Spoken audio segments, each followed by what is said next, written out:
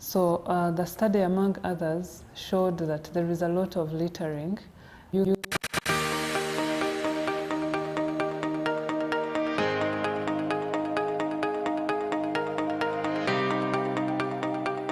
Over a decade ago, Rwanda decided to introduce a plastic ban to reduce the consumption and manufacturing of plastic bags and single-use plastic items in the country.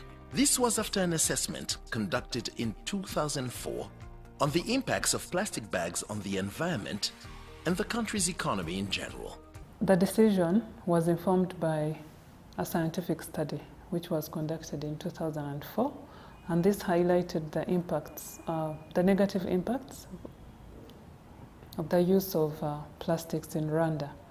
So the study, among others, showed that there is a lot of littering of plastic carry bags across the country, and this did not look good. Basically, the place was not clean, and I guess no one wants to go to visit a country or a place which is littered by such plastics. So this was actually impacting ecotourism. And ever since the ban of plastics, we have seen a drastic improvement in the cleanliness of the city, and this we are very much sure that it is contributing to the increased ecotourism in the country, which is number one foreign exchange earner to the economy of Rwanda. The study also showed that we were seeing a lot of floods, which were caused by clogging of waterways of the plastics. So ever since the ban was taken, this has reduced considerably, even when we have climate change, but we don't have lots of waterways clogged. We were seeing also a lot of death of livestock caused by ingestion of these plastics. So we are very grateful that the government of Rwanda chose to ban the use of plastics because we are seeing improvements from all over different sectors, including even generating more jobs because more and more people in the private sector are getting interested in investing in this area to promote alternatives to plastics. In 2008, a law relating to the prohibition of manufacturing, importation and sale of polythene bags in Rwanda was adopted, and its implementation was put into force. Prior to the law prohibiting plastic bags, waste would be found everywhere, in the water, soil and the streets. After the adoption of the law, luggages had to be searched at the border, and any and all forms of plastic bags would be confiscated before entering the country. Community service, known as Umuganda, has been organized several times to be able to collect plastic bags from the streets and many other places in the country. Since then, Rwanda has become one of the cleanest nations in Africa, therefore fostering a sense of national pride in the citizens who celebrate their clean and green country. On top of that, Kigali, the capital of Rwanda, is considered by some to be the cleanest city in Africa. Despite a successful ban of polythene bags, other types of plastic waste, such as single-use plastic items, have continued to pose significant environmental harm, and this was seen as a gap. To bridge this gap, a new law relating to the prohibition of manufacturing, importation, use and sale of plastic carry bags and single-use plastic items was enacted in 2019. Apart from some local companies that were affected, the implementation has been a success, as the majority tried to adapt to the new regulations stipulated in the law. In the journey to eliminate plastic bags and single-use plastic, the role of the PSF has been key. Through a project that is being implemented in partnership with REMA, the sector supported the recycling and reuse of single-use plastic, and this will contribute to the environment protection and the country's economy. This project is a project that was started by PSF in collaboration with REMA, and The name itself states the reason why we're having that project. It is called Sustainable Management of Single-Use Plastics. So for PSF and REMA, we realized that there are challenges that's posed by the single-use plastics, but we realized that also we can manage it in a sustainable way. That's where we are trying to reduce, reuse, even recycle those plastics so that we can have a positive impact on the environment. Normally they are the one destroying the environment, but we can sustainably manage it so that we can reduce the negative impact of it on the environment. So that's how the project started, and the project has three main objectives. The first one was to mobilize the private sector so they understand the negative impact of plastics and also how they can contribute to reduce or even to recycle those plastics that are being used. The second one is focused on the collection and the recycling of those plastics. And the third one is to try to help those innovators, those researchers that can find new solutions, being to replace plastics or reduce the usage of those plastics. So those are the three main areas where we are focusing this project, and we hope it is going to have a positive impact on our environment. Business owners and sellers had to shift to reusable or alternative environmental friendly materials and goods. However, some were not ready for the immediate shift because of the kind of business they operate. As stipulated by the law, these had to request for authorization to use plastic bags and single-use plastic. Companies and businesses that were granted the authorization have to make a contribution that will facilitate the recycling of single-use plastic waste, as PSF says. The first achievement, I may say, that which is even key to the success of the project, is that the private sector have understood that they have to contribute to the sustainability management of the project and also of the plastics. We have realized that they do understand their role they have to play, and so far we have got so many companies that are contributing to the project.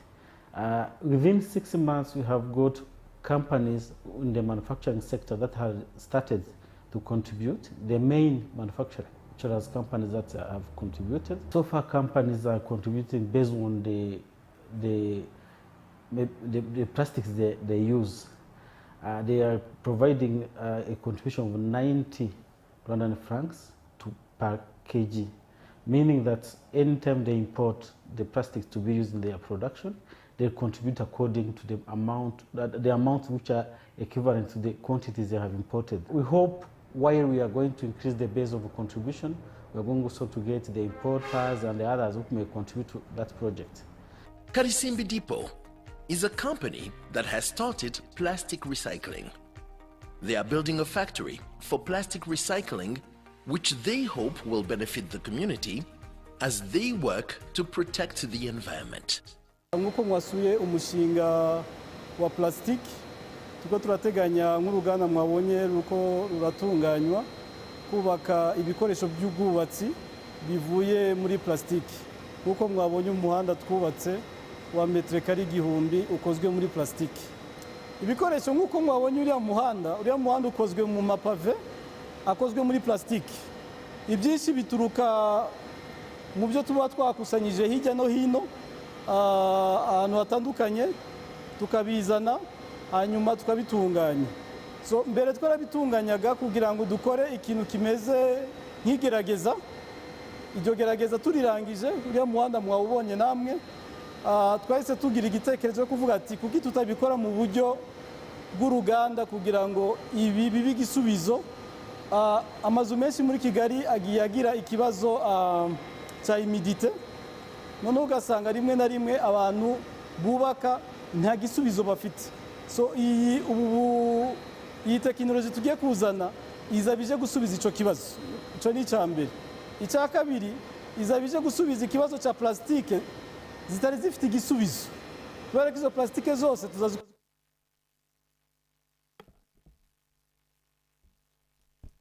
Hello, good morning. Ladies and gentlemen, good morning. Very warm greeting to each and every one of you. Welcome to this High Ambition Coalition to End Plastic Pollution, which is going to focus on the roadmap to end plastic pollution by 2040 through sustainable production and consumption of plastic. My name is Aimable Twairwa. I'm a science journalist and editor, and I will be your moderator to this side event, which is currently running through hybrid format because we have our guests online and other in person. And on behalf of Rwanda Environmental Management Authority, we extend our appreciation for your presence today. And it's our pleasure to welcome you. So this High Ambition Coalition to End Plastic Pollution elevates the issue of plastic pollution in the global agenda and demands effective action to reduce and control it by 2040. First of all, I would like to welcome on this session Ms. Ellen Hagen to give an overview on High Ambition Coalition goal, vision, and objective toward a legally binding instrument. I'm not sure if Mr. Hagen, are you around? Yes, I am here. Can you hear me and see my screen? Yeah, just for a brief introduction, Mr. Erend Alson Hagen is the coordinator with the UN Environmental Program and supporting the intergovernment negotiation process toward an international legal binding instrument to end plastic pollution. He's also the coordinator of the High Ambition Coalition to End Plastic Pollution in Norway. So welcome, Mr. Ellen. The floor is yours. Thank you. Thank you very much. And yes, my name is Alan Haugen. I work here at the Norwegian Embassy in Nairobi, and as the coordinator of the High Ambition Coalition, chaired by Norway and Rwanda. And thank you so much for starting on this great video that really shows the leadership that Rwanda has shown over the past decades on plastic pollution, both nationally and also globally. Here you see the High Ambition Coalition to End Plastic Pollution with a logo symbolizing turning off the tap on plastic pollution. But let me just go back a few months. We had the United Nations Environment Assembly here in Nairobi, and decades of global fight against plastic pollution ended there up in a very historic decision to start negotiations on a global treaty on plastic pollution. And the UN Environment Assembly, this was on 2nd of March 2022 here in Nairobi under the leadership of the Norwegian Minister of Climate and Environment as the president of UNEA, where all the countries in the world in consensus decided to agree on a resolution, end plastic pollution towards an internationally legally binding instrument. This resolution was tabled by Rwanda and Peru and supported by Norway, Finland, the European Union, and about 60 other countries. So that was the culmination of a lot of hard work globally and the beginning of this work towards a treaty on plastic pollution. So in that regards, on the same day, Norway and Rwanda announced that they would establish a high ambition coalition to end plastic pollution to continue this political momentum. The United Nations Secretary General Guterres said that this treaty, this decision, was the most important environmental deal since the Paris Agreement. So the High Ambition Coalition would like to continue this political momentum to ensure an effective treaty that contributes to stopping and ending plastic pollution. The coalition is co-chaired by Rwandan Minister Jean d'Arc Mujawa Maria and Minister Barth Eide of Norway. It was launched virtually in August and also in person during the United Nations General Assembly in New York in September 2022, then with 25 members. The common ambition of the members of the High Ambition Coalition is to end plastic pollution by 2040. And this is an ambition that has already influenced others and sort of set the global agenda when it comes to plastic pollution. The coalition also has three strategic goals. One is to restrain plastic consumption and production to sustainable levels, for example, by doing what Rwanda has done, by banning certain problematic plastics, single-use and carrier bags. Number two is to enable a circular economy for plastics that protects the environment and human health. That, for example, means to make sure that there are no harmful and dangerous chemicals in the plastics economy, because you don't want to circulate that in an endless loop. And the third point is to achieve environmentally sound management and recycling, meaning we have to make sure that we stop leakage to the environment, better waste management system, including with microplastics.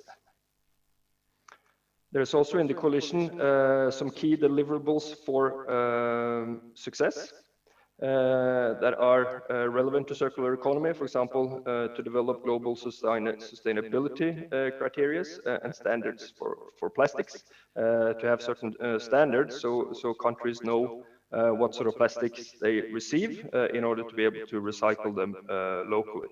And for example, to ensure transparency, so we all need to know which chemicals are in the various products, both consumers and producers and recyclers.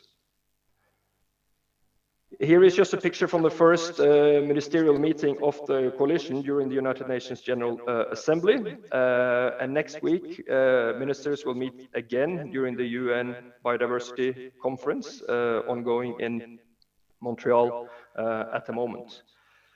In the first meeting, the minister wanted to increase the membership, and we are now happy to say that we are 46 members from all regions of the world, including the small island states in the Pacific and the Caribbean, and all regions of the UN. We have also done various outreach events and activities like we are doing today, both to inform of the coalition, but most importantly also to inform on the process on a global treaty.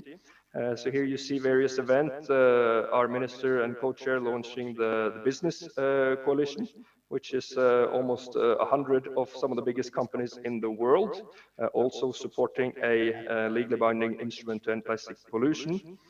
We had an event in New York with ministers, business, civil society, and you also see here Jason Momoa, who is the UN advocate for life underwater, also better known as Aquaman.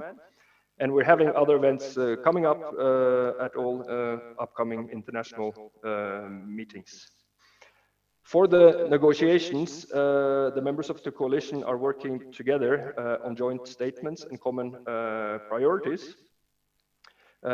So here you see the joint statements before the first negotiation meeting that took place last week in Punta del Este, Uruguay.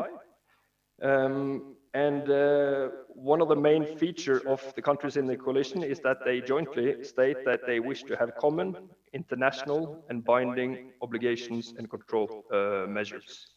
And before the next negotiation meetings in May in Paris, we will further develop on that to look more closely into what those binding obligations and control measures could be, which is also the theme of that meeting. And on the topic of roadmap to end plastic pollution by 2040, that is our common ambition. But currently, the most ambitious policy and science options that we have only take us to halving plastic pollution by 2040. Therefore, with support from the Nordic Council of Ministers and the Nordic countries, we will develop an analytical scenario reports that looks closer into how we can actually achieve this ambition. Of course, it's very important that the treaty and the process is based on the best available science and knowledge. So this is our contribution to that aspect. And then I also mentioned the first negotiation meeting in Uruguay. So here you see the president of the Intergovernmental Negotiation Committee together with the executive secretary. And I just wanted to say also a few words on that process, if I may, and also how that relates to this session of the World Circular Economy. For the question for this session is how will an international legally binding treaty enable the circular economy for plastics to protect the environment and human health. And for those of us that took part in this first negotiation meeting in Punta del Este, it became very clear from that meeting that there is very great support for an ambitious plastics treaty to end plastic pollution and enable a circular economy for plastics that protects the environment and human health. Ending plastic pollution will require a whole systems change for the entire plastics economy. We must develop an instrument that will build trust in a collective matter that can be sustained. So that's exactly why we need these global rules throughout the life cycle. And why we need governments to take legally binding commitments and to follow up on that. And as we in the coalition believe that this should include commitments to eliminate some of these problematic plastics, such as certain single-use plastics and also chemicals of concerns. We need to establish some sustainability criteria and standards that promotes reuse and recycling. And we need, as I mentioned, to mandate transparency measures and stop the leaking points. And importantly, by agreeing to legally binding instruments, governments will signal and demonstrate to other parties, for example, business and civil society and other stakeholders, that the country is prepared to stay the course and are willing to develop concrete measures to usher in a green and a just circular economy to end plastic pollution. But each country is different. Norway and Rwanda are different, and any other country are different. So there is no a one-size-fits-all approach. We need national flexibility to develop the most effective measures in our own respective countries, but they should also work together globally. Also, all countries will benefit if you have global common standards and approaches. It levels the playing field for business, and it would help even small and medium-sized circular economy businesses to reach over the border to neighboring countries and potentially to the world market. And as we saw in the video in the beginning, the experiences of Rwanda and other countries in regulating and phasing out and banning single use is very important. Because when we consider obligations and global control measures in the Plastics Treaty, it's very important to know how these may impact consumers, workers, businesses, and the environment. And therefore, we must learn from the experience and best practices when designing the control measures. And another example that we saw from Rwanda is the experience with the extended producer responsibility. Many countries have called for extended producer responsibility to be a principle, an element in the treaty, and also as a very important tool for transitioning into a green and just circular economy. And also businesses, they call for EPR schemes, but they call for schemes that are harmonized across the world. So therefore, Rwanda and other countries have very valuable experience when it comes to designing some global principles for the EPR schemes. So that's all I wanted to say. Just in short, the High Ambition Coalition, we call for establishment of an ambitious and effective international legally binding instrument to protect human health and the environment from plastic pollution, with a view to end plastic pollution by 2040. So with that, I say thank you and give the floor over to you, moderator. Thank you so much, Ellen. Before we proceed to the next, I would like to welcome DG Rwanda Environment Management Authority for just the opening remark, because we proceed with the other session. Thank you so much. Welcome. The floor is yours, DG.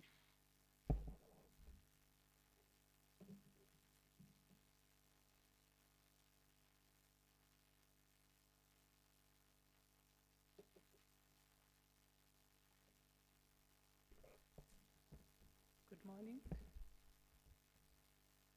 My name is Juliet, and I'm requested to deliver the opening remarks, but I think we've already opened and hope you feel welcomed already in this session.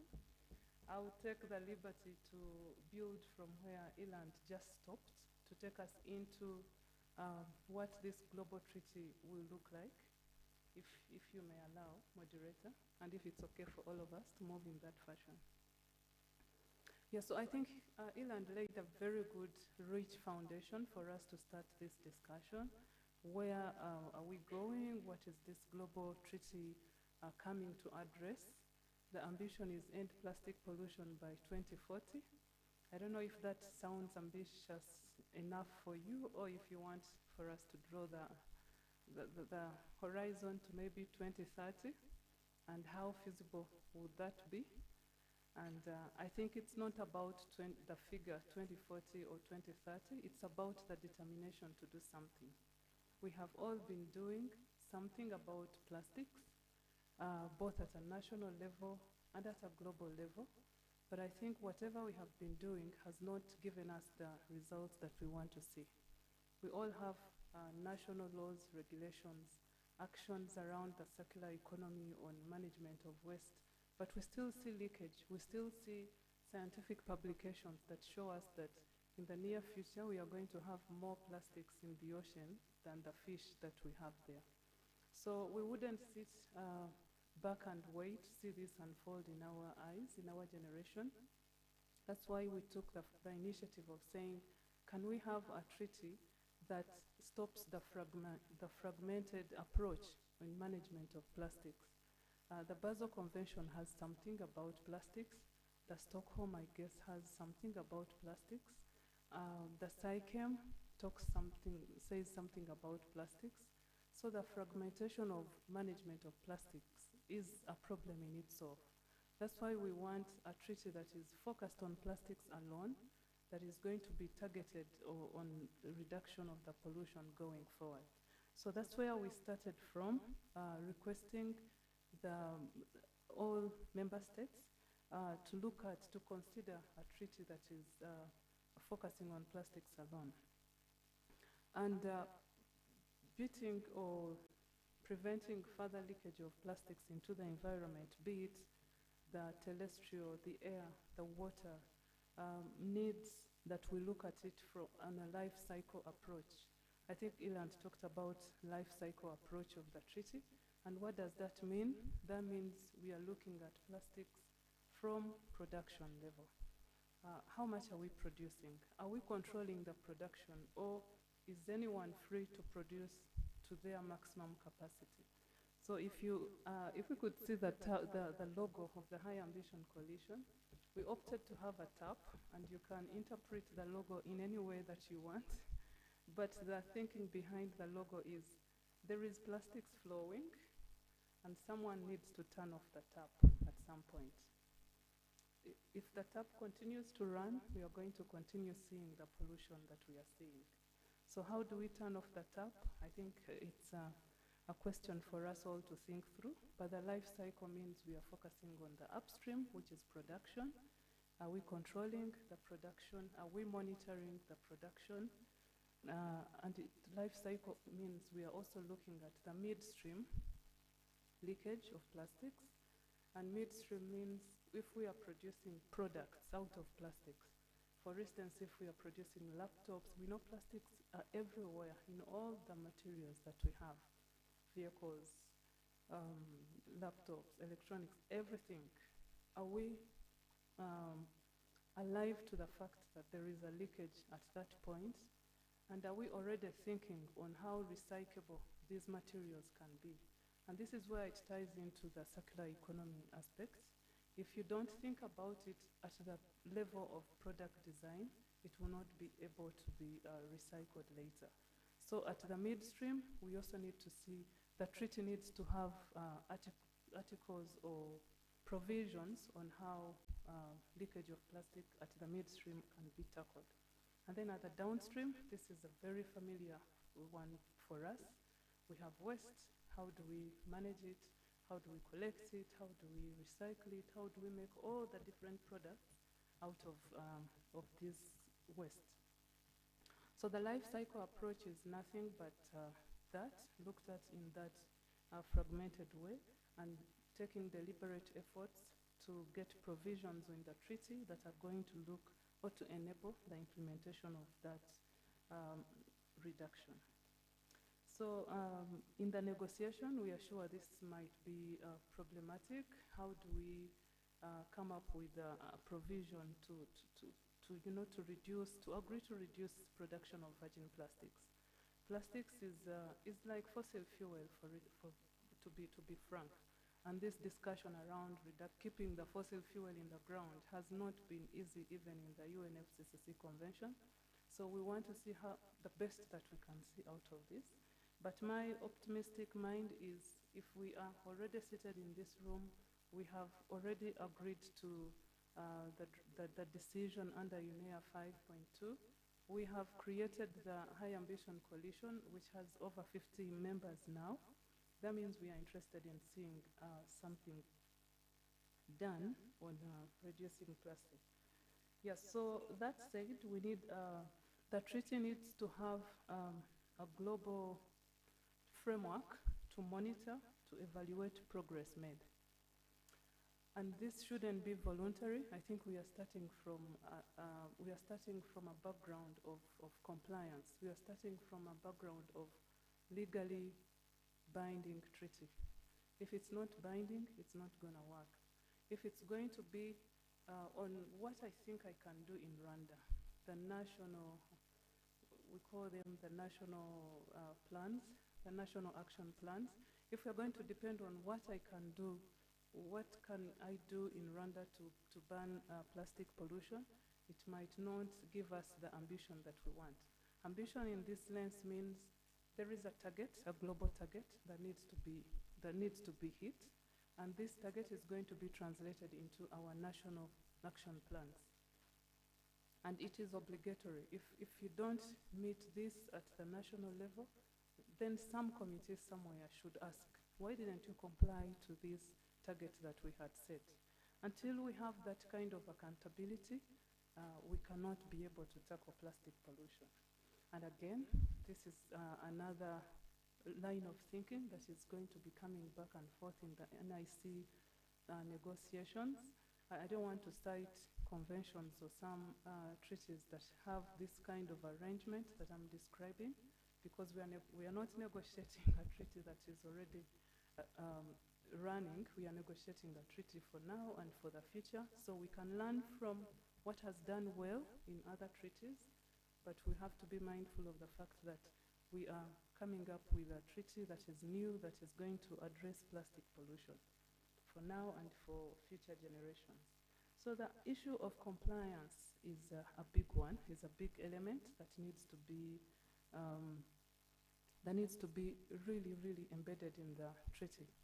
And then for all this to work, we shall need an enabling environment, financial mechanism. And the financial mechanism that we are talking about is one which is a dedicated fund to end plastic pollution. Why do we need a dedicated fund, a multilateral fund? Because we know it has worked very well, at least in the Montreal Protocol. We have seen a dedicated multilateral fund which looks at phasing down ozone-depleting substances, and we want to learn from that model. We are not saying this is the right model, but we have seen it work. And we want to build on what has worked well to now fit the purpose of ending plastic pollution. There are other models to learn from. There is GEF, there is the Adaptation Fund, of course under the GEF, and all these ideas are not yet refined, but we are advocating for a dedicated fund to end plastic pollution. And we also want to make sure that the issue of health, how plastics affect health, should also be heard and felt in the treaty. It's not about the ocean. It's not about everything else other than us. The researches are clear that plastic pollution can now affect even the unborn, not to mention the endocrine system that is affected by the pollution from the plastics. So that should also be felt in this treaty that we are negotiating. So I think those are the main elements that we are trying to agree on. We are trying to put in treaty language, and we shall rely on everyone's contribution. Everyone means the scientists. They are the ones generating this kind of work, and we don't need to be sure, we don't need to have all the answers on the table for us to start regulating. What we have, we believe, is enough for us to make progress. We shall need, obviously, the government. We shall need the business community. If we don't have the industry and the business community in the negotiation of this treaty, we might end up with only a wish list from the government negotiators, which is not making sense to the industry and business perspective. We shall need the NGOs. They are doing an amazing job already in generating a lot of documentation, in raising awareness. So everyone, all stakeholders are necessary to be on the table. The youth, recently in Uruguay, the youth are like, we need a special recognition, and yes, because they are a special group of people and we are negotiating a treaty that is for them after all. So everyone is needed on this, in this process, but the treaty is, again, supposed to be legally binding, as the title goes. It is not going to be, maybe, it cannot be voluntary. If we keep it on a voluntary aspect, it's going to remain a discussion, a subject of discussion for the rest of our life on this earth. Yeah, so with that, I think that's what I wanted to share, and looking forward to further discussion. Thank you. Thank you so much, DG, for the opening remarks. As stated, Rwanda played a significant role in the UN Act 52, which led to a historic resolution titled Ending Plastic Pollution. And the issue of compliance still need to be embedded. Thank you again so much. And it's now my great pleasure to welcome Ms. Terry Letonen to discussion. As noted, the High Ambition Coalition recognized the imperative for member states to commit to common binding obligation and control measure in order to develop effective international legally binding instruments that will protect the environment and human health from plastic pollution and bring an end to plastic pollution by 2040. So before I welcome Ms. Terry Letonen, Ms. Terry Letonen, she's the Vice Minister of the Environment and Climate Change, the Minister of Environment in Finland. Terry Letonen joined the Ministry of Environment as the Vice Minister in July 2019 from the European Commission Directorate General for Climate Action. Before DG Climate, she advised the Greens Group, EFA Group, in the European Parliament on environmental and climate policy for 14 years. From 21 to 2003, she worked as the head of office for MEP head Hautala in Brussels and Strasbourg. And Ms. Letonen set up the European Office of City of Turku, Southwest Finland in Brussels in 1998. And she represented the region toward the EU institution until 2001. And she also worked for the Finnish embassy in Brussels as trainee, and in 1997 as an attaché during 1999 EU president. So welcome. The floor is yours. Thank you so much. Thank you very much. Now everybody knows I'm very, very old already. Dear colleagues, participants, members of parliament, happy that we are here and able to gather together around the topic in the context of World Circular Economy Forum. Ending plastic pollution is very much at the core of our circular economy transition.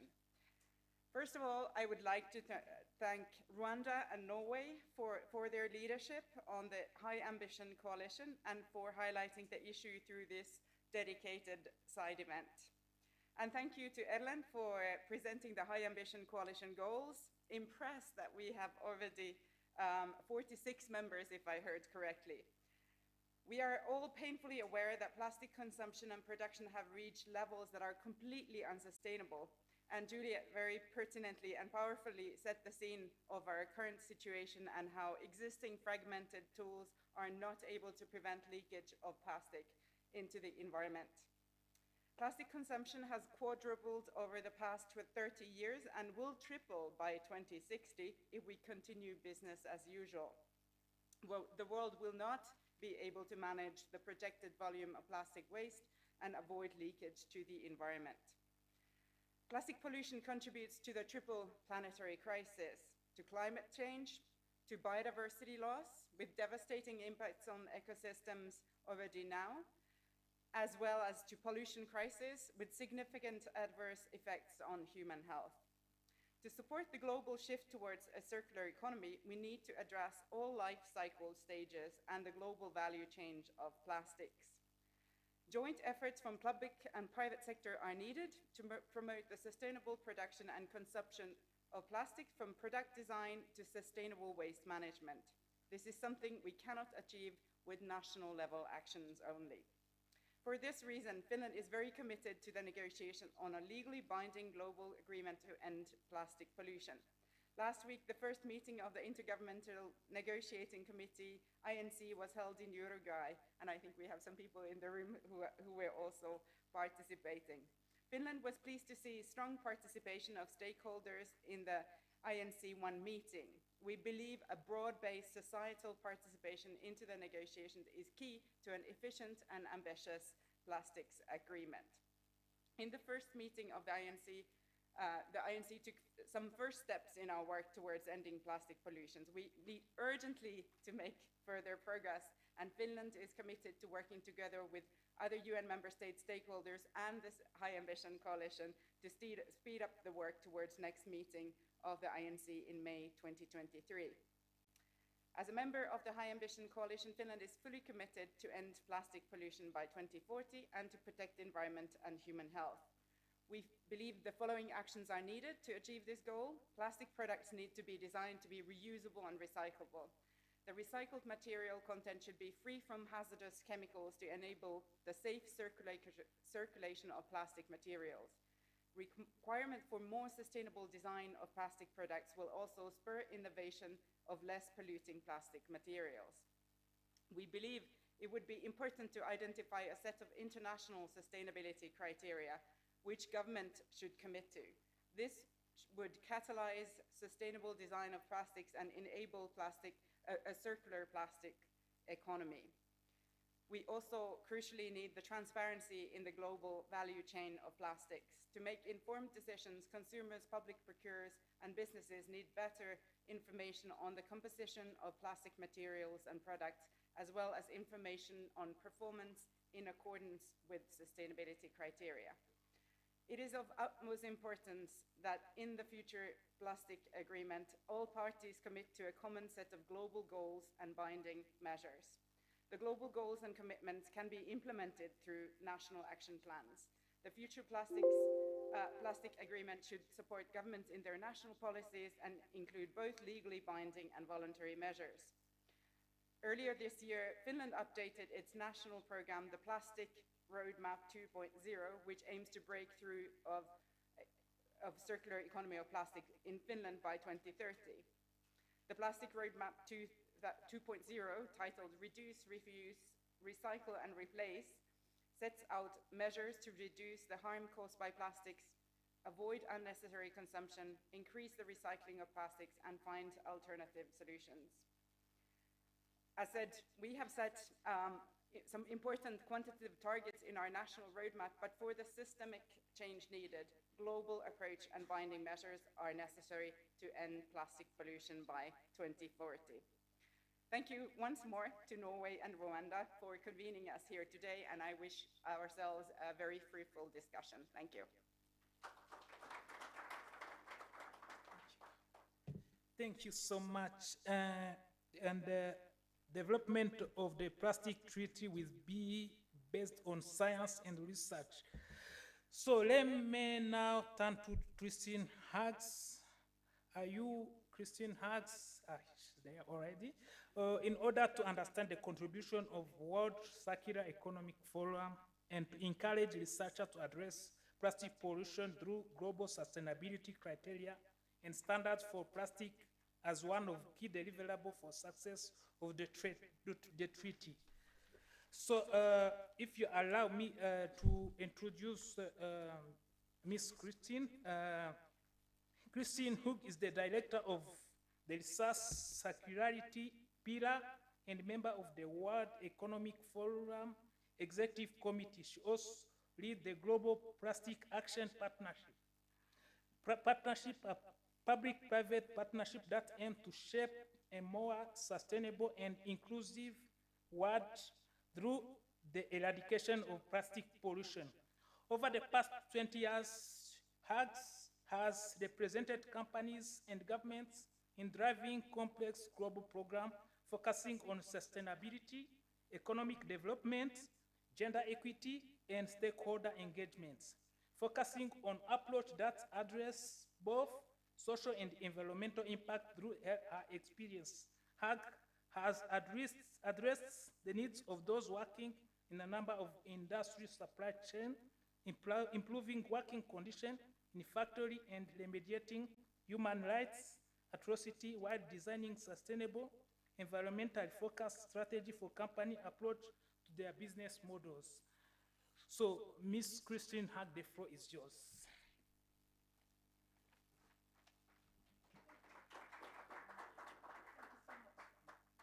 Thank you for that kind introduction, and thanks everyone for being here. I really appreciate the opportunity to speak. And I think there were a couple of points already raised. I also appreciate Erland and Juliette's perspective and leadership that we're seeing from Norway and Rwanda through the High Ambition Coalition.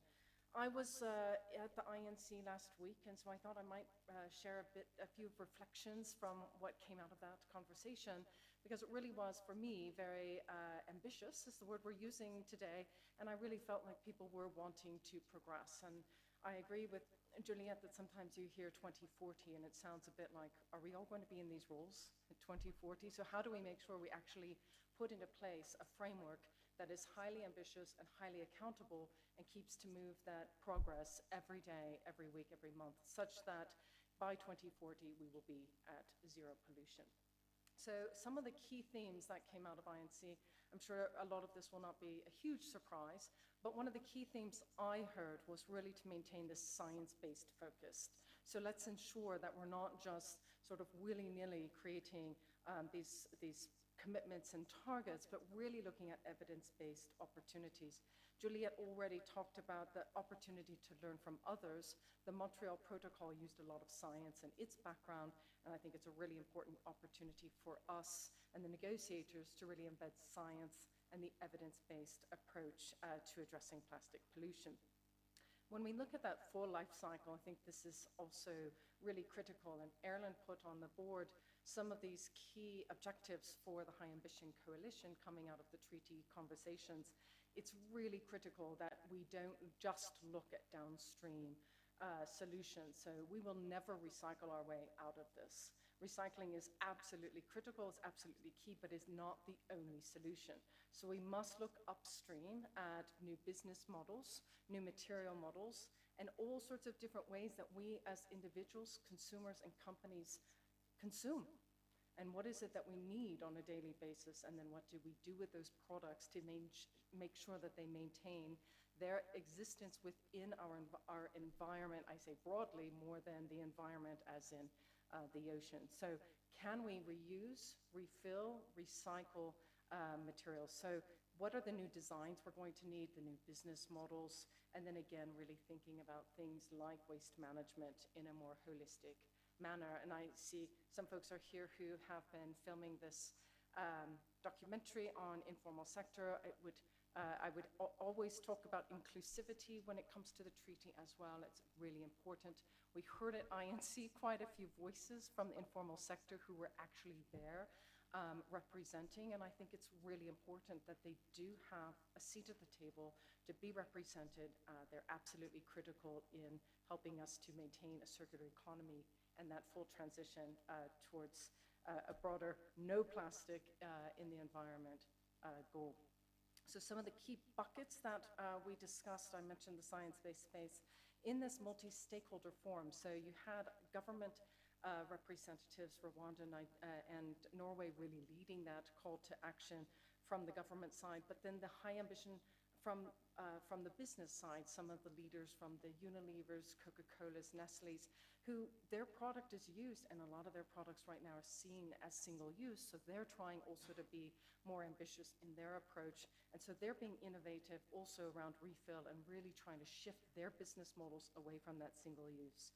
So thinking through the policies that will enable this environment to support innovation, entrepreneurs, that will support businesses and governments to implement the right frameworks that incentivize the shift. So some of the EPR schemes that were on the table, again, Juliette mentioned, let's make them ambitious and let's also make them very accountable rather than voluntary EPR schemes. We know we're going to need finance, not just for the implementation of infrastructure and new business models, but also through this process to ensure that all voices are able to attend the INC meetings over the next 24 months. I mentioned already our consumption patterns that we also need to shift, but we all know that's really difficult. So how can we come up with innovative patterns and ideas that help consumers and companies to consume differently and then really shift that behavior? And then finally, how do we measure all this? So there's a real importance on metrics, aligning around that analysis.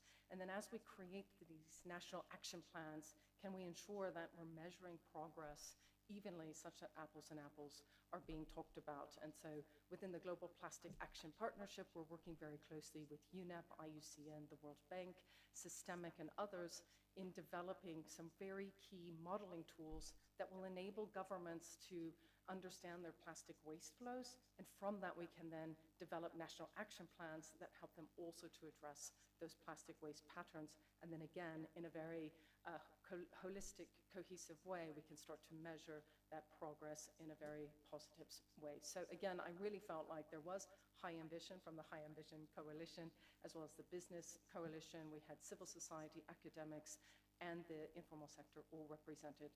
I'm very excited about next steps, although I hope we can also have a few more meetings like this, perhaps at the annual meeting in Davos next month, and then a few months after, such that when we all arrive in Paris in April, we will already see progress in this very important space. So I thank the leadership of Rwanda and the government and WCEF for hosting us today, and all of you for being here to talk about this really critical topic, and appreciate your time. Thank you. Thank you so much, Ms. Hoog. As she mentioned, embedding science and evidence-based approach is key to ending plastic pollution. And now the plastic crisis extends beyond our border, impacting our health and the environment. And I will now turn to civil society and business and ask you to provide some suggestions. Today we have Miss Zainab Sadan. Are you online? Can you hear from? Yes. Can you hear and see me? Yeah. Welcome, Sadan. So Sadan, she's from World Wildlife for Nature, and what's the role of? You are going to tell us what the role of NGO for global coordination to tackle plastic pollution. But before, Zainab Sadan is the Regional Plastic Policy Coordinator for Africa at WWF, and she completed a master's degree in chemical engineering at the University of Cape Town, and her research focuses on socio-economic barrier to metals recycling from e-waste in South Africa. She's currently engaging with and supporting government and civil society organizations in Africa in preparing for negotiation of global treaty and ending plastic pollution through policy development, research, and advocacy. Alongside this, she also enjoys facilitation and skill building in innovation and human-centered design methodology. Ms. Zainab, the floor is yours. Thank you so much for that introduction and for the speakers who came before me. So we've heard already earlier in the session that the plastic pollution problem is systemic. And so that needs us or requires us to look at it from different lenses. So we need to look at the problem from the views of human health impacts, the environmental impacts, the socioeconomic impacts. And NGOs and civil society is really a tool for us to understand all these different angles and these lenses. And so when we talk about the role of the NGOs in the space, particularly around coordination, I think this is really a clear value in that the NGO space is so diverse. It includes organizations that are science-based, organizations that are looking at environmental and social justice issues, also organizations that are representing voices from affected communities, from the informal waste sector, from groups such as women, youth, and indigenous peoples, and really representing voices of those that are impacted directly by plastic pollution. And so the role is really to have a view of knowledge sharing.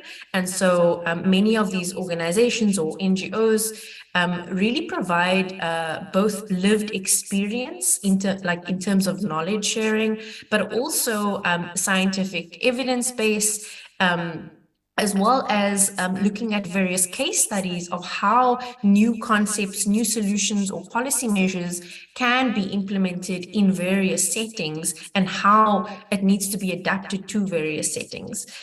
We've also seen the role of NGOs and organizations in elevating and providing a platform for voices of those impacted, particularly during these negotiations.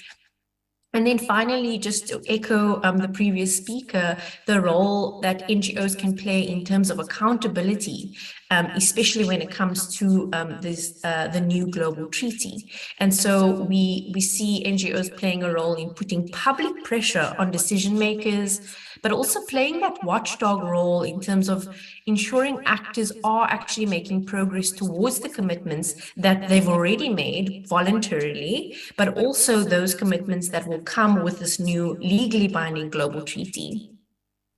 In some cases, I also do want to add that NGOs play a role in implementing solutions and seeing how actors can be organized together, collaborate together, and also demonstrating pilot or proof of concept projects in various settings. And finally, playing a big role in education and awareness, as well as providing policy recommendations. And so I do want to just emphasize that as we look towards new solutions or concepts such as the circular economy, concepts such as extended producer responsibility, we need to ensure that NGOs and organizations that are representing vulnerable voices are playing a role in developing this common language, a common understanding of what this means and what that might look like. And so I will end off by really urging decision makers in this process to create that open channel for communication, but particularly for meaningful engagement as we develop this global plastics treaty, but also as we start implementing some of the solutions that are already out there. And finally, while I cannot speak on behalf of all NGOs, I know that as we saw at INC1 last week, that NGOs are ready to support the process during the negotiations, but also beyond. Thank you. Thank you so much, Zainab. And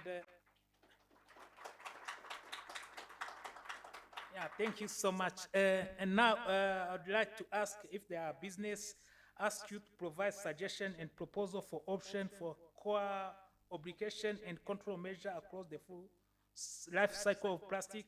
We have, of course, we have some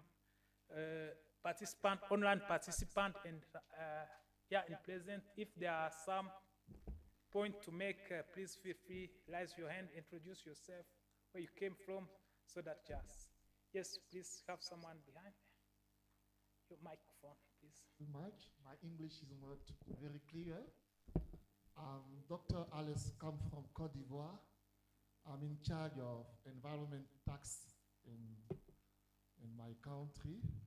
I have done a PhD in environment tax in Ivory Coast. So in the government, I'm on charge of that question and advisor of the Minister of Environment on that thematic. So I understand the role of NGO during your presentation, and I want to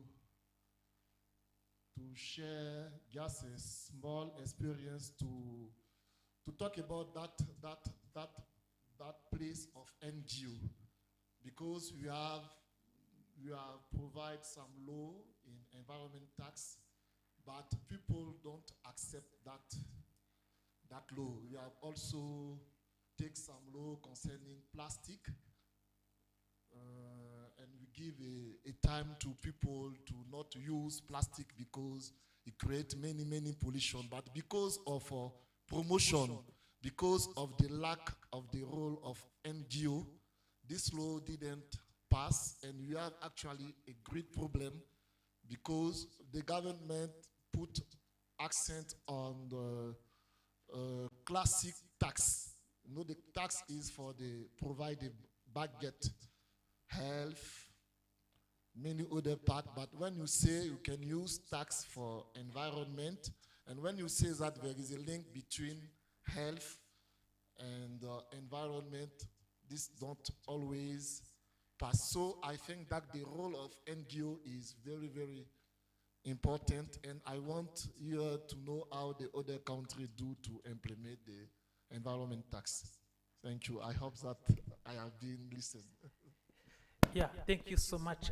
If you allow me, we can just take your question, then we'll take two more questions before we proceed. Maybe open the floor, giving to the government representative just to give comment on what you have highlighted from your intervention. Yes, please. Please introduce yourself, where you come from, and your organization.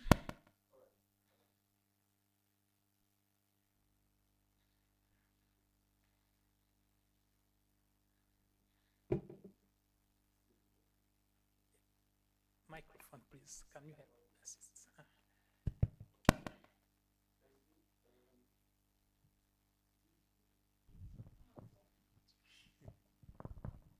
Yeah, thank you very much. I'm Ambo Hyson from Cameroon, Director of Standards and Control in the Ministry of Environment. I've actually listened, especially the first director, Juliet, actually gave a total summary of what just the whole thing about plastic, and I'm sure we're in 2018 in Thailand. That's when we had the first negotiation on plastics. And that was the real issue, how to tackle plastic from the life cycle. And we had completely diverse opinion, especially you had the opposition between the Americans and the Norwegian that had two opinions. My contribution here is that, having said, we are all was supposed to be in Paraguay. I missed because I had other commitments. But we have the issue of the EPR thing, trying to insert. I want to go back with what the guy of Côte d'Ivoire just said. EPR is a new concept. We have already a taxing system in most of the government structures. Now, most of the laws maybe include in one way or partially EPR without knowing that they are already putting EPR. Now, we need this issue sensitize now the government and maybe the other actors, especially the company, how they need now to shift between their normal taxing system and to get into the EPRs, because it's that process that's going to help to see exactly, to trace money that are putting in the EPR system and how it's being used in the whole system. Because if that kind of governance is not actually assured, it becomes a problem. It will be like there'll be double taxing. So like what you said, we have environmental tax in most countries. Does it really include EPR? Do we need to bring another EPR in another form? Because EPR for plastic is eminent, because one of the elements called to leverage the issue of a circular economy. So we are trying to see exactly how the scheme, the EPR scheme, is going to address this plastic in its entirety. Most of the countries, especially in Africa, we're saying that we're more consumers because most of the raw materials don't come from us, especially the primary raw materials, call it the granules. But we have the effect that the downstream, which is the waste that is generated, that emanates from the whole process we have. We have some cottage, call it industries that do produce. They have the effect. The importation, how is it aligned? What are policies now to ensure? In the case of Cameroon, we have a law since 2012 that they say ban on plastic. It was successful from up to 2014. But one time again, nothing was up, just like nothing happened. We went to the whole situation. We keep asking the question, what really went wrong? I was happy when I saw the video, the commentary from Rwanda. I was trying to see what exactly the issue that led to the success story of Rwanda. That Cameroon started in 2012, and we implemented in 2014, and now it's like nothing else really is happening. But I got something from the message that there was really an issue of mindset. And that happens with communication. We're just trying to share ideas. That's an important aspect that we need to put if I have to bring out a legally binding treaty, which is a very welcome idea that we are all in. We think that the issue of communication should be an important aspect at all levels. And that's why we see the NGOs coming to help us to, like the watchdog you said, to really extend this communication so that I can help to convince the civil society, just especially producer industries. They feel that it's government policy that they want to impose on them. If they come in, it will help to soften their thinking, and probably issues like that may help us to move ahead. And we can all maybe see exactly how quick we can go into the legally binding policy on plastic. We are happy. We have it in fraction. Basel has actually talked to have even in Stockholm. He's talking about plastic. Even Vienna Convention talks a bit about it. But the issue is now, if you have something completely legal apart, actually taking place in a holistic approach, then we think that we will be very comfortable to see and stand. And the issue of compliance is very important. Thank you. That's just my contribution on that. Thank you so much. If we have one more question, and then we give some government representative just for the comment on the issue raised. You have the floor. Thank you very much. Madame Deje, Raymond, all dignitaries around. I'm Dr. Frank Habineza, Member of Parliament.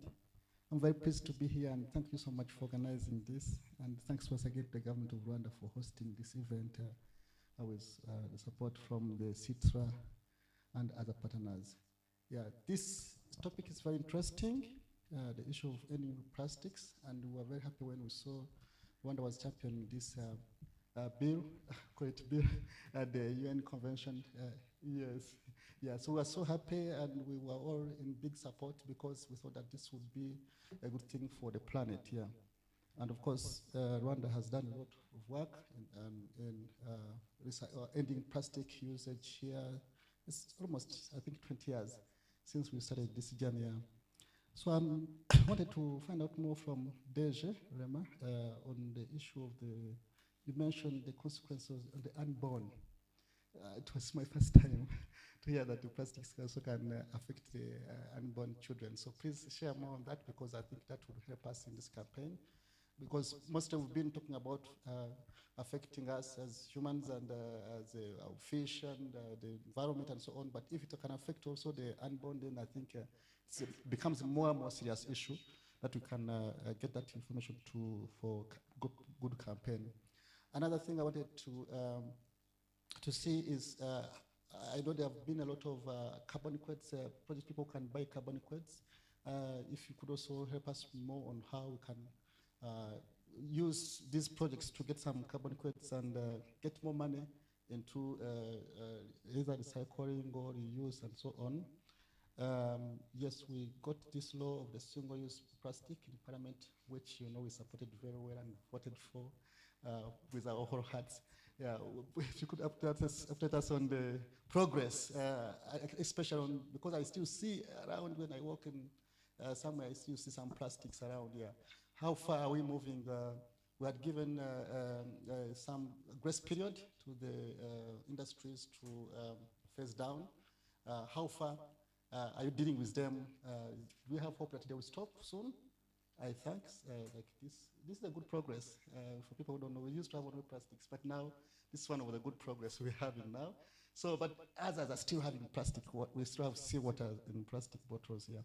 And something else I wanted to say was on our main river here called Nyabugogo, those who know the Nile, Rwanda has the source of the Nile. We say that.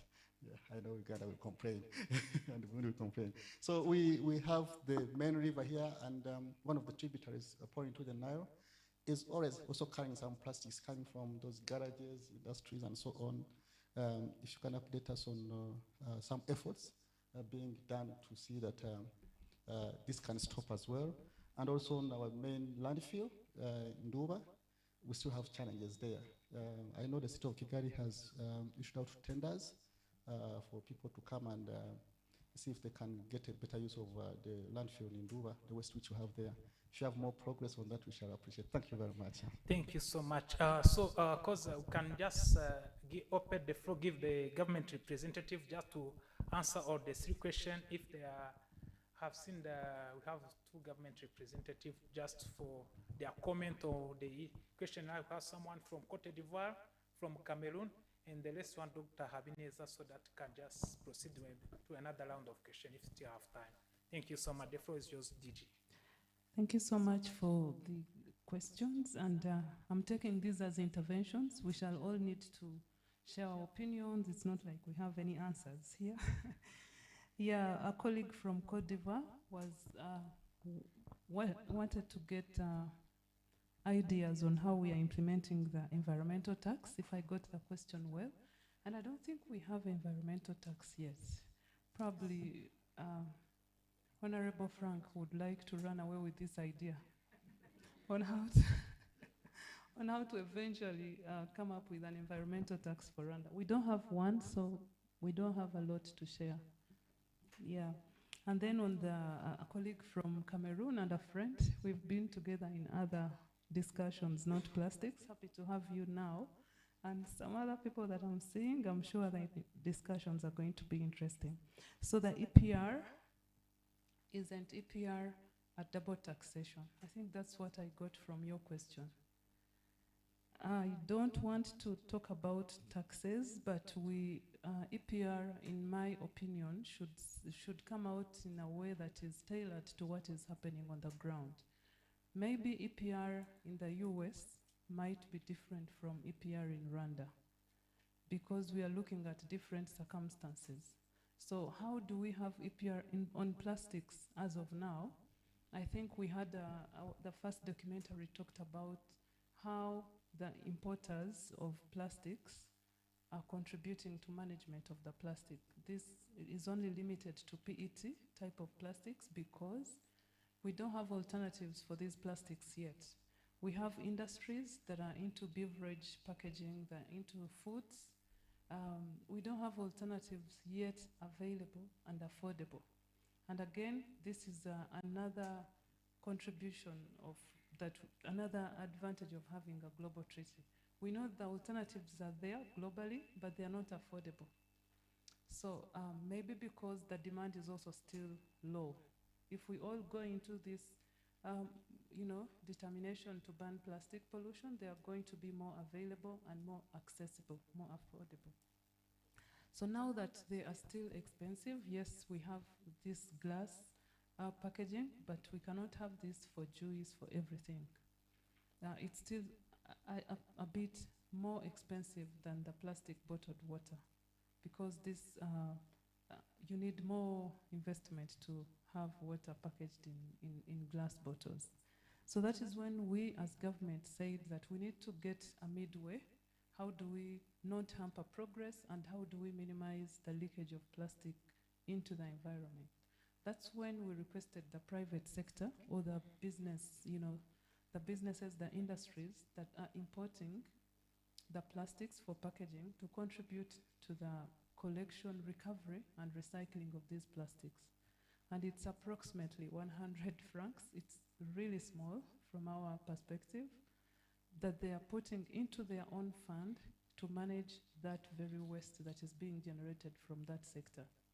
So in our view, this is EPR. But this EPR is not documented in form of a policy, in form of guidelines. So we went ahead to now have this put together in form of a document or in form of a strategy, not because policy is at a little bit high level. So we have it as a working document, and we are focusing on only this element that we have already done. So this can be extended to other products, to other sources of waste.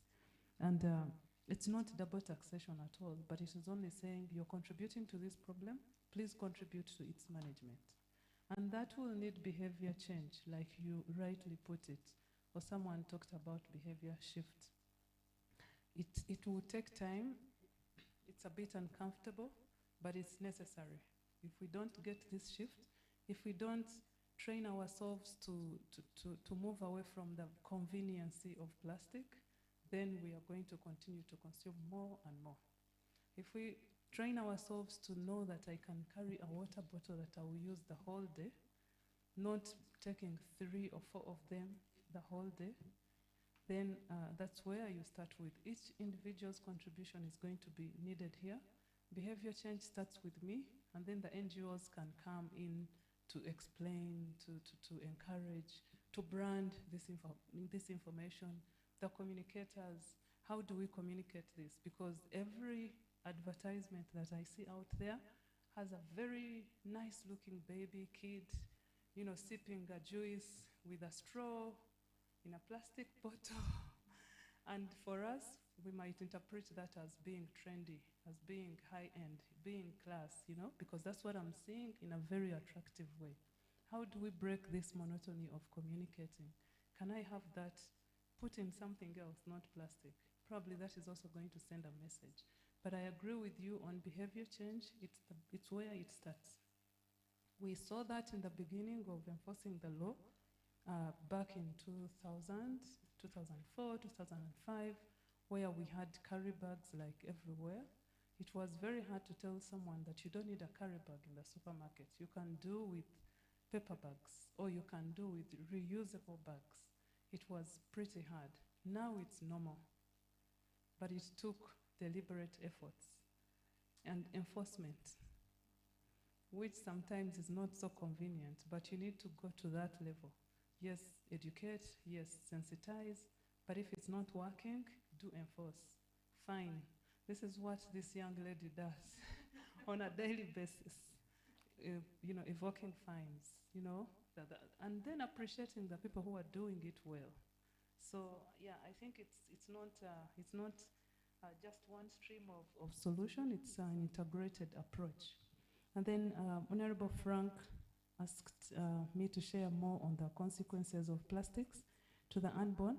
I think this is documentation out there. You might need to look at it, but science has showed that nanoplastics can be assimilated through the placenta and eventually reach the unborn. So the babies are born with nanoplastics in their systems already. Yeah, because they are too small. We all know there is the exchange between the mother and the baby. So if they are that small, then they can cross to that level. And then carbon credits, I will pass the question to Foste. And then progress on implementation of the single-use plastic law. We are trying, but there is a long way to go. And that's when the enforcement, the monitoring, the compliance, everything is still necessary. And in the process of negotiating the treaty, we share this story. We are sharing the experience that we started way back in 2004, but we are still struggling with illegal importation, with this kind of illegal use of plastics. So if we are looking at 2040 to end plastic pollution, we need to be doing something now at home. Do we have these kind of laws? Are we tightening the enforcement? Are we boosting the awareness raising? So we see that the awareness has been made, extensively, but plastics are very cheap because they are made from waste. You cannot get anything cheaper than plastic when it goes to packaging. So that is already attractive to businesses that are interested in maximum profit making. But the good news is some businesses are now also interested in the reputation, you know? Also the consumers are also demanding. Consumers are also demanding that we get this in a way that is sustainable as possible. So until we get the alternatives at a relatively affordable cost, we shall continue to have the plastics in our systems. And also to mention that we are not banning all plastics. You cannot ban all plastics, it's not realistic. We are starting with what we call the problematic. And the problematic are those that we can do away with. For instance, you can't see plastic straws right now on the market like it used to be. We don't see the disposable cups that we used to use in functions. There is some progress that we are making, but there is still a lot of work to be done. On Nduba landfill, I think, do you have more recent information, Foster? Yeah, please talk on Nduba and carbon credits and how they can be used in plastic management. Thank you.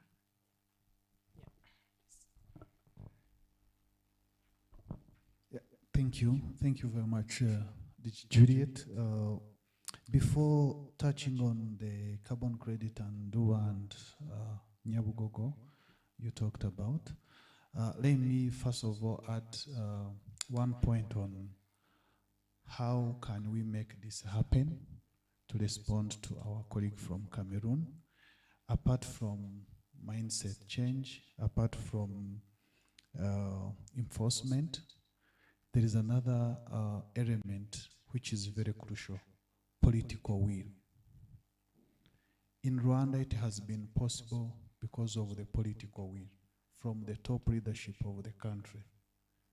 And then others, be it NGOs, be it government, be it private sector.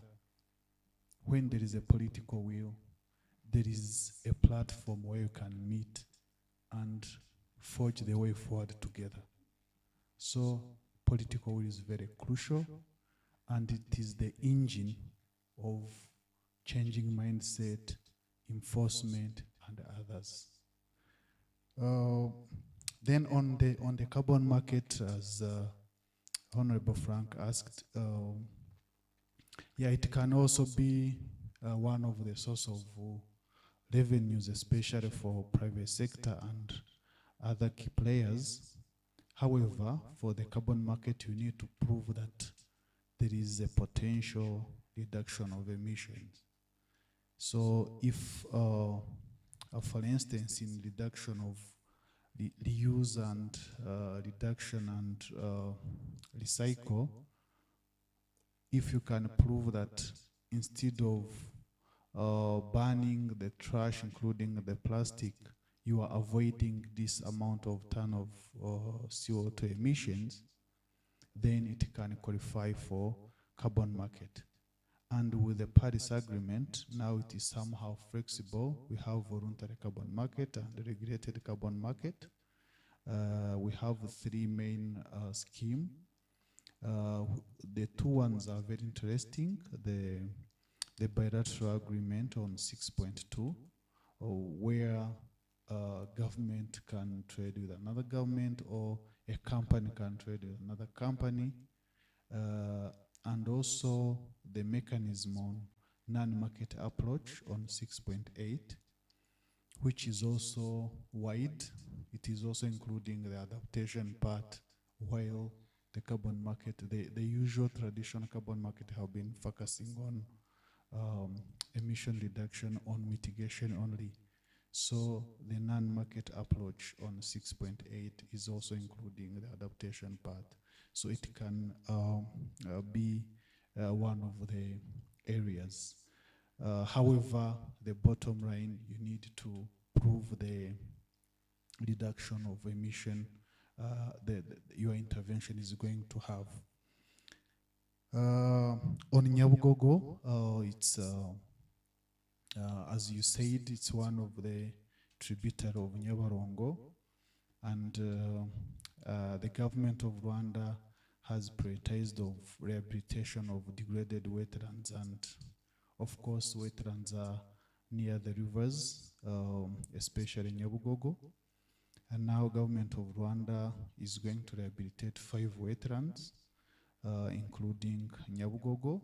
We have Gikondo, Rwampara, Kibumba, Rugenge, and Nyabugogo. Those are the main wetlands here in Kigali.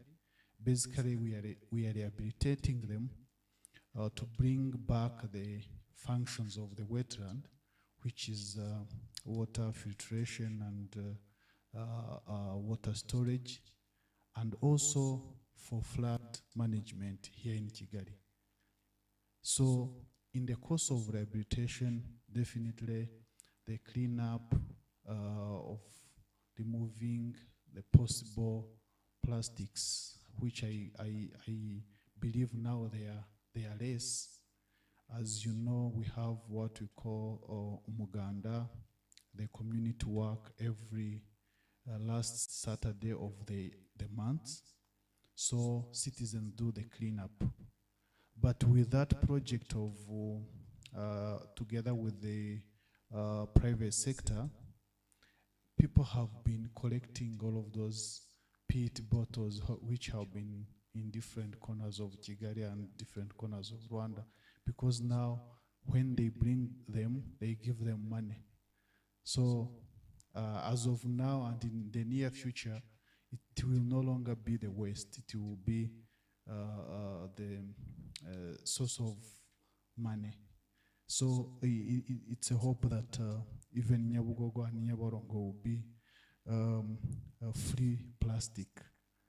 On Nduba landfill, yeah, it's a landfill, it's a temporary landfill here in Kigali, which was established some few years back.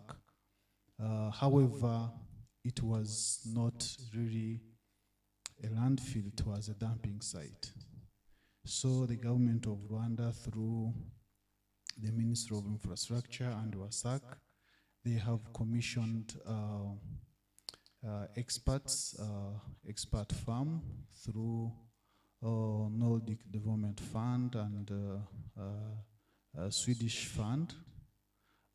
They have completed the feasibility study of developing a new sanitary landfill in Nduba.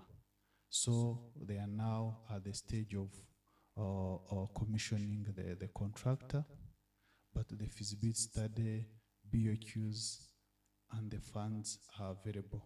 So we are at the stage of commissioning the contractor to start the work. Thank you. Thank you so much, Faustin. And as I said, political will is crucial. But we still also have Ms. Terry Letonen. You have endpoints on the last question, issue, contribution. Thank you. I think you already had some very good answers. Just wanted to come back to the colleague from Côte d'Ivoire on the issue of environmental taxes. We in Finland have quite a bit of environmental taxes. We have CO2 and energy taxes that are a very important part of the revenue of the state budget. They are not earmarked, but I can see how earmarking could be interesting. We also have waste taxes and charges that are also important in driving the circular economy, and I think we are still developing them and thinking how we can move further. In general, I think we would like to move towards taxation on the basis of consumption and polluter pays principle instead of taxing labor, but that's also a long process. I think one interesting example in the green transition that we've experienced is that when we increase the property tax on wind power installations, and the property tax goes to local authorities hosting the wind power installations, that actually improve their acceptability. And now mayors and local authorities are in line at the developers for wind power to host wind power in their community, because it increases the social acceptability, that there is a revenue and they can finance their schools and healthcare facilities through those taxes. And just to echo the importance of the role of NGOs, we have in Finland a very systematic way of consulting stakeholders and the public in the policy making process, but also the NGO community has a very strong role in the public debate and in, together with the scientific community, bringing facts and the common interest into the public debate. And they also have a very strong role in keeping the politicians accountable. So very much think that it's an important part of the civil society in our public policy. Thank you. Thank you so much, Ms. Terry. And before we proceed to another round of, actually we also have online participant. So I'd like to open the floor for questions from online participant, if any, but still there are already some of the questions that I have sent. One of the participants have asked, I have repeatedly heard member from High Ambition Coalition talk about the social impact of plastic pollution, but there is nothing about this in your vision statement or objective. Is this something you look to change in advance of INC2? That's the question. Another question from another participant. Thank you so much for organizing this webinar and for addressing the health effects of plastic. The plastic treaty also should clearly address that plastic affects human environmental health. Many chemicals in plastic are toxic, and exposure to this chemical can lead to the development of the disease. At INS1, there were a couple of presentations on this regard. To tackle the problem, it is imperative to reduce the production of plastic, address transparency in composition, and some other things. And about the involvement of the scientific community, as scientists, I can tell all of you that we are here to help. Maybe if we put that question, that's a comment, but we still have to ask Christine if she still has some comment on this. And then the first question, maybe may I ask the head, Ms. Odigi Juliet, to answer the question. For the first question. Okay, can I repeat again the question? Christine, okay, please. Christine, please, the floor is yours. Mike, please, Mike. Christine. Mike. Sorry to reach over you there. I also wanted to address a few of the other points. I know there were questions to the governments, but I think it's really important that we call out things like on EPR and the double taxation. It's also important that when thinking through EPR schemes, that the end result is that any EPR funds actually go towards plastic pollution mitigation and doesn't just become some other way for Treasury to raise funds, right?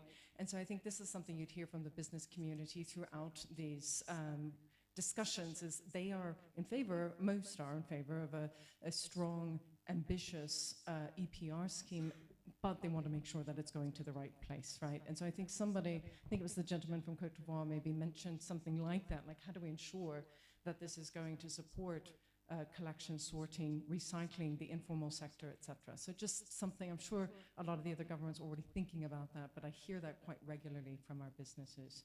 And now whilst I was saying that, can you repeat the question from the internet?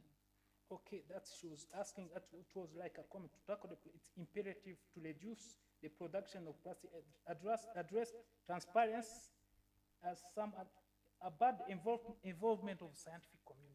Oh yes, okay. Well, this goes sort of to what I was saying earlier in my comments around the importance of evidence-based targets and science-based targets, which we see coming out of the COP discussions and climate that are really focusing on being evidence science-driven.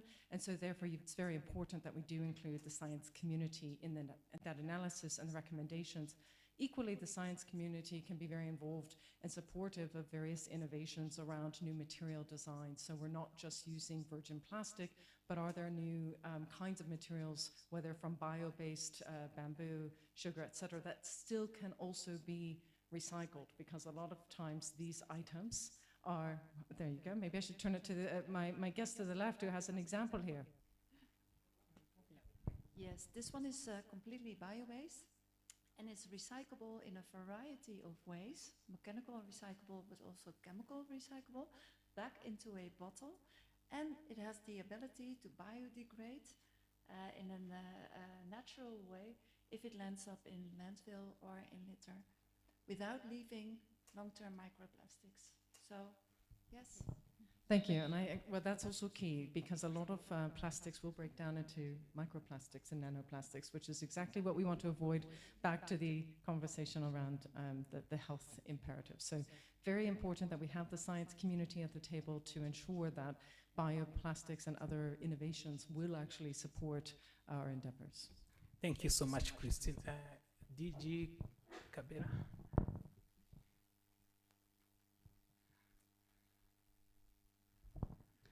Thank you. I want to respond to the question on social aspects of the High Ambition Coalition. Yeah, the strategic goal number 2 of the High Ambition Coalition is clearly talking about enabling a circular economy for plastics that protects the environment and human health. So this is, in our opinion, a social obligation or social, focus of the High Ambition Coalition, and in all the negotiations that we are going to be having, we are going to ensure that this happens. We are also mindful of the fact that in the circular economy or sound management of recycling plastic waste, there is a lot of human health, the waste collectors, how are they protected? Because they are doing a great job, but they are heavily exposed to this pollution. Some don't have the right PPEs. Some are not doing it in the right way. The contamination around this kind of job, we are going to see that the informal waste management or informal waste handlers are also taken care of in the treaty. So we are very mindful of the social aspect of this, not only looking at environment issues, but putting people at the center. Thank you. Thank you so much.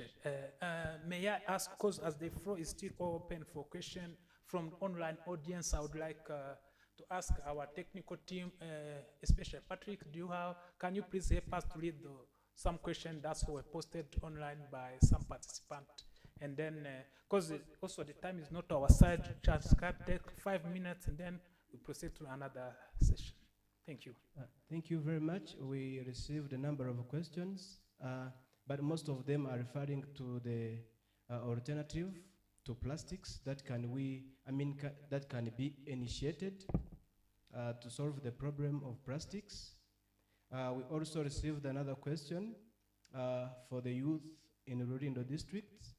They said that they collected tons of plastics and wonder if they can be supported for making sure that the collected plastics can be recycled and be encouraged for the next, and even shared the contacts.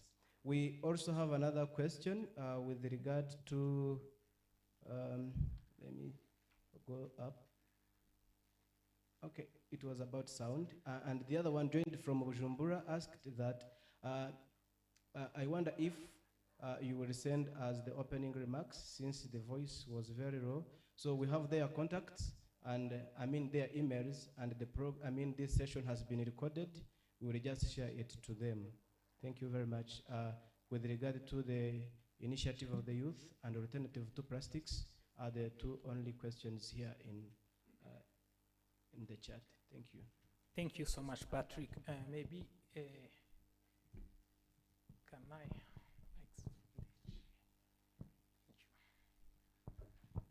Yeah, on the collected plastics in Rulindo, that's good news for us.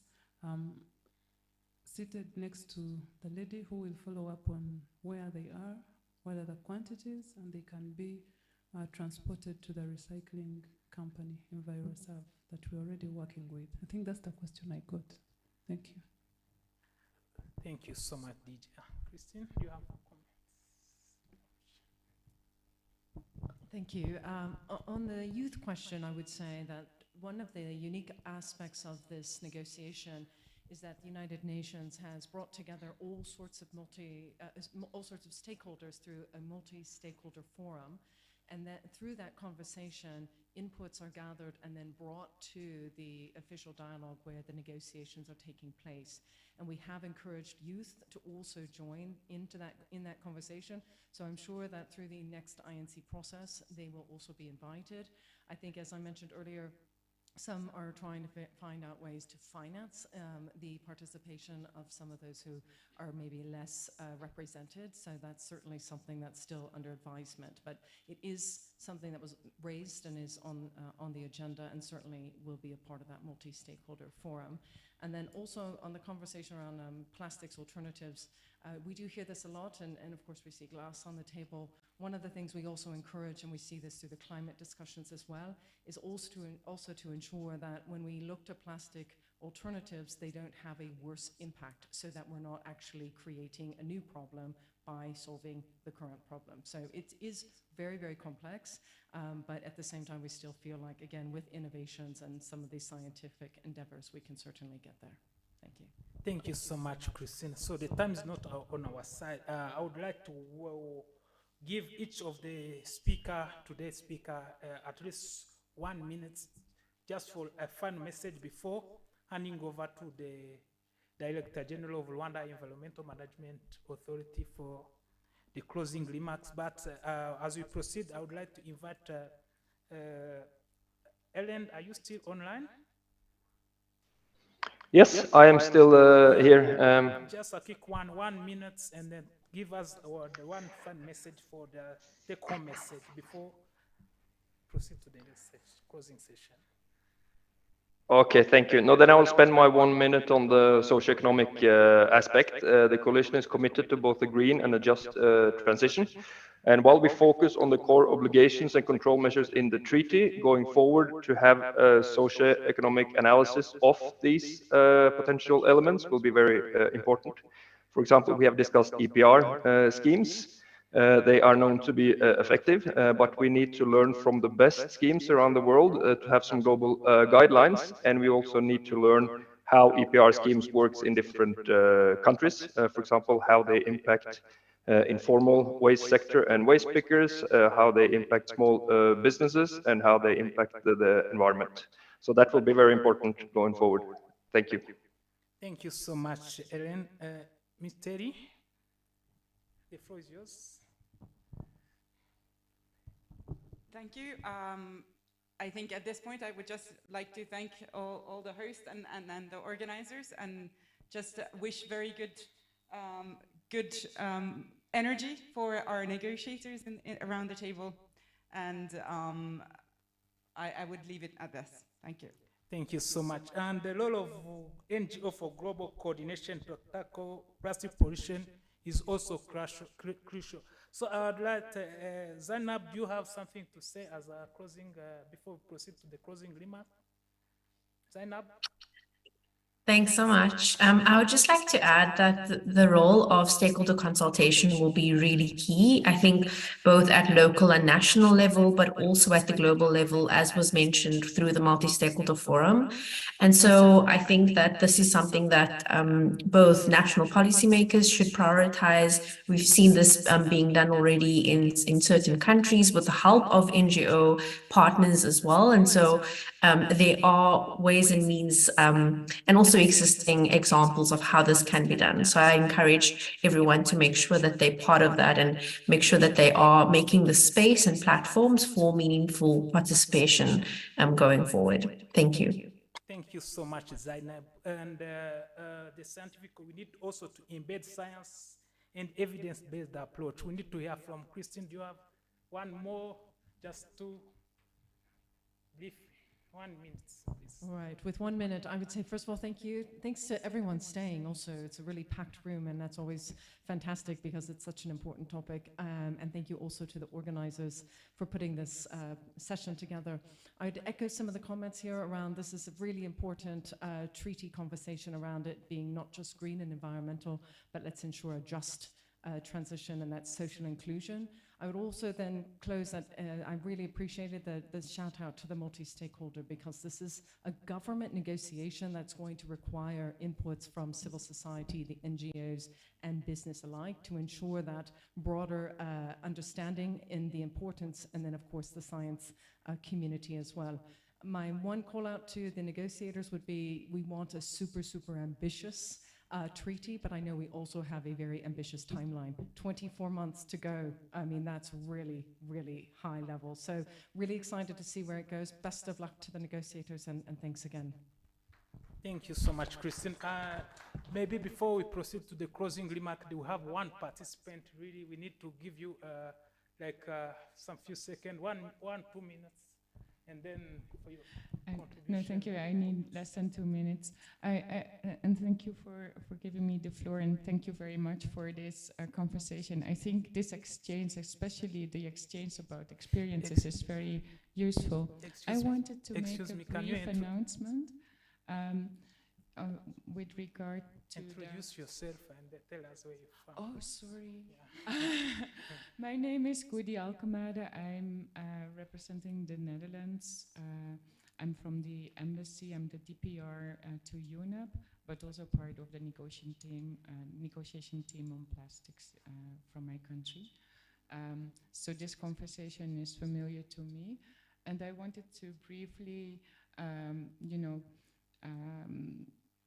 confirm the importance of a science-based but also a well-informed discussion, also with input from stakeholders. And we have decided to make sure that the Secretariat is resourced to facilitate that process going forward. So I wanted to say that the Netherlands contributed 400,000 euros to facilitate the INC going forward. Thank you. Thank you so much. So I think we are now close to the closing session. I would like to welcome DG Juliet Cabera for the closing remarks. And thank you for everyone for attending, for coming. Thank you so much.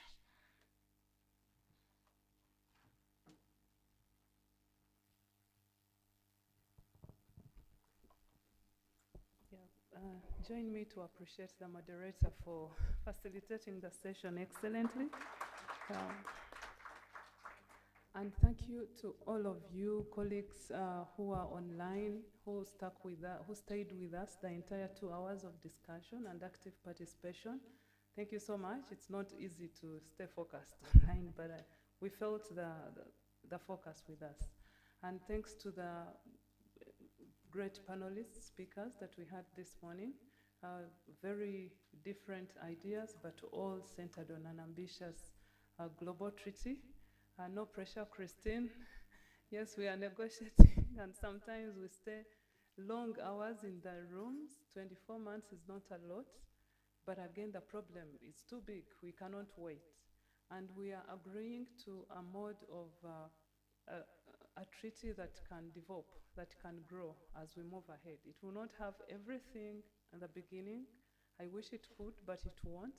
We'll get somewhere to start with and be able to frame it in a format that it is easy to be revised or amended or updated without going through the INC process.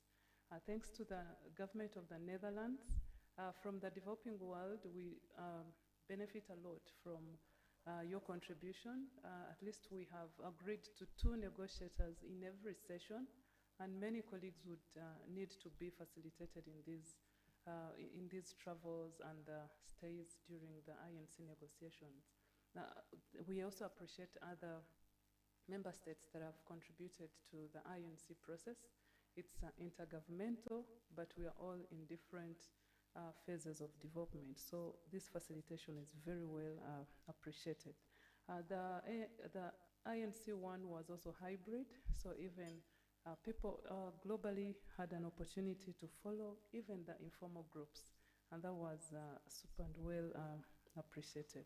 So as I close, us as the High Ambition Coalition members, we need to really demonstrate that we are the High Ambition members by having us, asking for progress. asking for speed. It's one thing to have an ink discussion, it's another thing to see progress from day one. What we saw in INC 1 is we started with some little slow pace, which was understandable, and we picked up in day 3. And I owe this to the High Ambition Coalition members who refused to settle with the slow pace and demanded that we get some little speed. This is going to be necessary throughout the INC discussions. We could also start by doing inventories in our countries. Do we know how big the problem is? Yes, we are trying to regulate globally. Can we have inventories at work, at home, so we can actually be speaking from an informed perspective back home? What are the types? What are the quantities? What is more problematic? What can be recycled? What cannot be recycled? I think we need that level of clarity during the negotiations, not to look at it as, a huge problem which cannot be defined. Can we define? Can we agree on where are we starting from? Where can we come in later? So I think this is what high ambition countries should be doing to set the pace, to lead the discussions in a way that is informative. Last but not least, I want to underscore Rwanda's commitment to these intergovernmental negotiations. We are ready to engage with all parties. We are ready to engage with all stakeholders to put together the ideas that are going to help us frame a treaty that is going to be, that is going to make a difference. Yeah, I think we want a treaty that is going to be implementable and is going to be tracked over time. We have an opportunity. We have an opportunity to make a difference for the next generation, so we cannot take it light. And my government has full support to this, into this process, and is very willing to listen from all of us. Without further ado, I want to appreciate you for keeping with us in the room. It was very interactive, and yes, and if you're here and your country has not joined the High Ambition Coalition, you're missing out. This is where the real discussions are had, are made. Yeah, so please consider joining. It's very easy. You simply write a letter. We have a template for you. You simply need to fill in a few phrases, and you're done. Thank you so much, and have a great afternoon.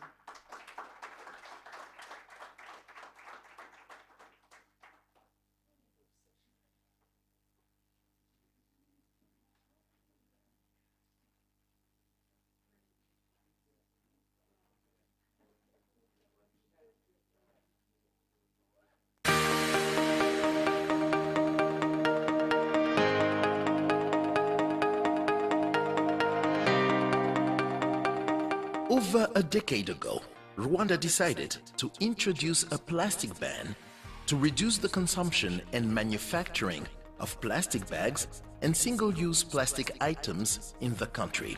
This was after an assessment conducted in 2004 on the impacts of plastic bags on the environment and the country's economy in general.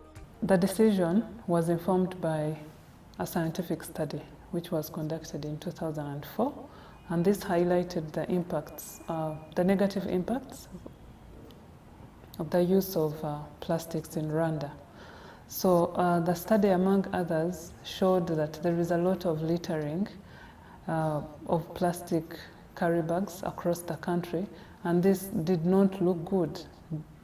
Basically, the place was not clean, and I guess no one wants to go to visit a country or a place which is littered by such plastics. So this was actually impacting ecotourism. And ever since the ban of plastics, we have seen